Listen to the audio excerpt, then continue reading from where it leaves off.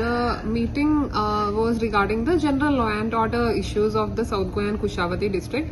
We were taking a review of the sand mining situation, whether any illegal sand mining case was reported in the review period and how is the enforcement happening. Similarly, also to check the enforcement side regarding the Ponda by-election which is happening day after tomorrow.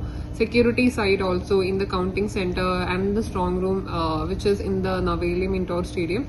And also the general disposal of the BNSS matters which are pending with the deputy collectors, also with the pullers.